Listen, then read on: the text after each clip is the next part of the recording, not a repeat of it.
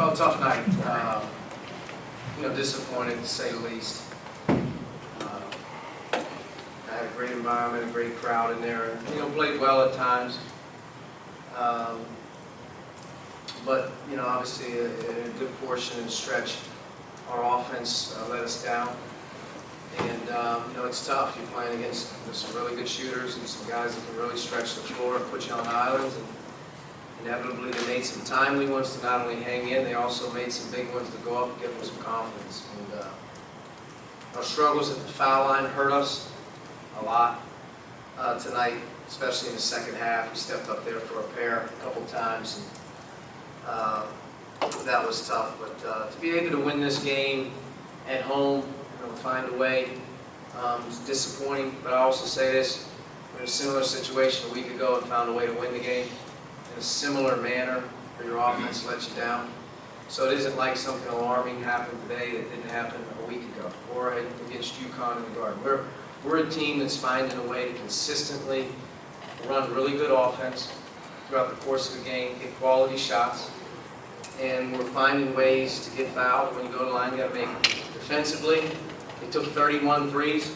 We knew they were going to have to take a lot of threes. We're in a situation, big guys guarding guards. And give them credit. I thought they made some timely ones. I don't think every single one they took was good. But not being able to run good offense, get the ball inside, be able to play downhill and play out of the post was a big deal late in that second half. And then, we got to step up and make some shots. We had some good ones in the game that didn't go. Levante ends up making 4 of the 5 threes. We needed some other guys to step up and make a couple of those open ones, make some decisions. But tough night for us. Just a tough feeling. I didn't feel like that we played real well there for a stretch. It was disappointing for our team to finish the non-conference that way. But we put it to bed. We have an 11-2 record. We're getting ready to get into the Big Ten start here in January. We got to get better. We got to find a way. Obviously, played tonight with a couple guys that didn't have.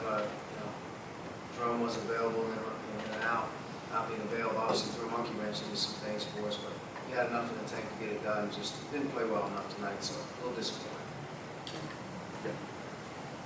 There were a few stretches in that game, up 9, and then Joe makes a bunch of threes, and then up about 8 or 9 again, and you have some turnovers. How do you get the guys maybe locked in when they're up about that 0.7 or 8 or 9 to kind of extend instead of, have a revert back? Yeah, I guess if I had that answer, it was stopped a few times again, a couple games ago. Just that killer instinct, that ability to keep your foot down and keep the pedal down and keep motoring through. Especially to start the second half. And I caught a timeout very quickly there early. We got up about 9 or whatever, but I just didn't feel like we were ramped up enough defensively to start that second half to be able to go up 13 or 14. We had our chances in this game to be able to extend our lead. We didn't do it. And then I thought late in the game, at least the last 10, 8 minutes, they made threes. They made timely threes. And we didn't do a good job running offense. We were a reluctant screening team tonight, and we were a very reluctant team to move without the ball. That's been one of the things that we've really worked hard on as a group, is to be able to move without the ball and play together. And I thought tonight that vacated us a little bit. We stopped trusting the movement, the screening, and being able to share it. And we got no inside out. We got no, off the lane catches for Justin. We didn't do enough offensively in the second half to run good enough offense. The first half, I thought we got the ball downhill a lot. Our defense led to our offense. We got some transition post-ups. We got some things that, for our group, we're going to have to do a better job of running better offense, especially as we get ready to play really, really good defensive teams. And Arkansas is a really good defensive team. If you look at their numbers, they're staggering. And they do a really good job with their small lineup of keeping it out of the post and fronting it and not giving you what you look. And that's why you're going to have to be efficient. But we just didn't do enough. I have to watch the film and kind of get back, but it's a similar feel to me as the Notre Dame game. Our offense kind of leaves us. Our defense kind of caves in a little bit transition-wise. They're off some runs. They give them some threes, and the next thing you know, you're in a hole. And we were in a very similar hole a week ago. Just came through. Tonight we did. You obviously mentioned not being able to get into the post, and how much is that an adjustment Arkansas made? How much of it is you guys not seeing it? Just what changed their start? I don't think they adjusted it. I think they did a good job in front of the post, and we just didn't throw it in there enough. We had our opportunities. there's probably 4 or 5 clips where you're going to be able to throw the ball from the top of the key to the rim. Whether it's Trace or Joey, we didn't get enough action. There's nothing in transition in the second half either. Our transition game gave us no offense. Most of our touches in the first half, I would say, came off of really good pushes and good offense in transition. We didn't have a transition attack in the second half. It didn't flow, didn't move up the floor fast enough. We got no real presence in the second half in terms of that. But we got to do a better job. When we talk to Al, he seems like the last person in the world that would have a moment like that. I mean, I guess, what's your reaction to it, and how do you feel? Obviously, I didn't see the play. I find it very hard to believe that Al would do anything malicious. He's not that type of guy. If he did, obviously it's on him. He made a mistake, but I didn't see the play. In talking to the officials, they were adamant, 110% that was the right, proper call. So you have to believe that. But Al's not the type of guy that's looking to do anything crazy out there. So it happened.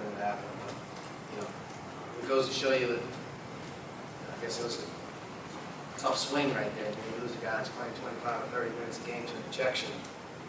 I don't think I've ever had a guy ejected in a game, especially looking at Al. I don't think he's the type of guy that tried to get ejected. So we'll look at it. I don't really know if we need clarification or not. I don't know if it's self-explanatory or not. Yeah, the officials were pretty adamant though.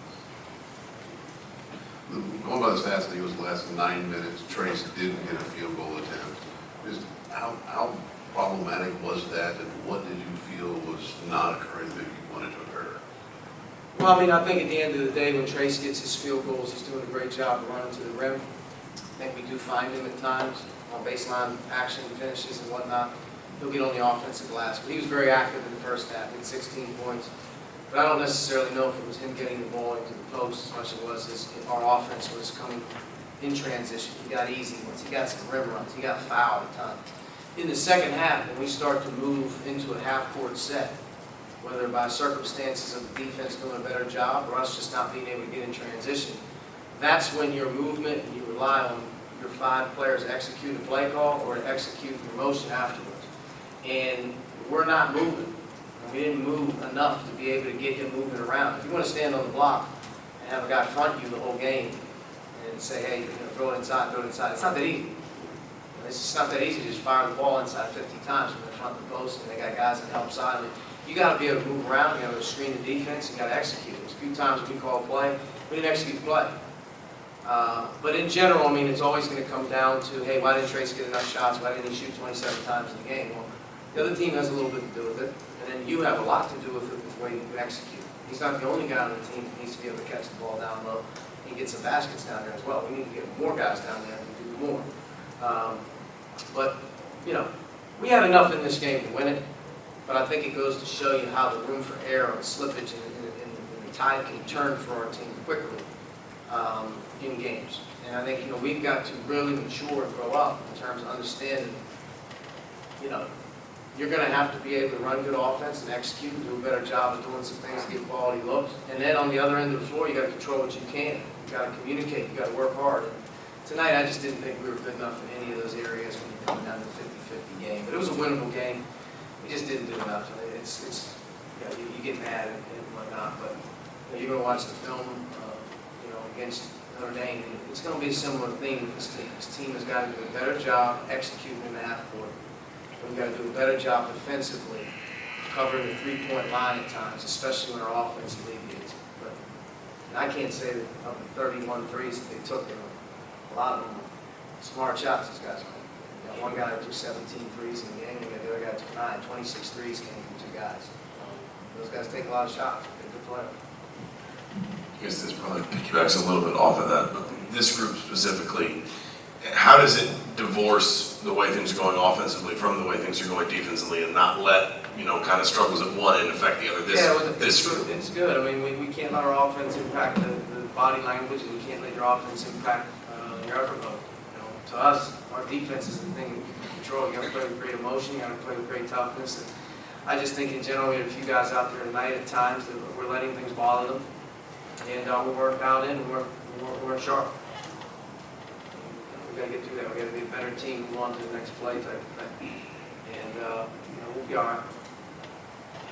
Sometimes guys just hit shots on you, but was it about how you contested the threes that maybe sticks to your mind even more? I mean, you want your guys to be a little more aggressive and getting out there more? Yeah, probably. You know, I think one of the things we talked a lot about was making the ball on the floor inside the line.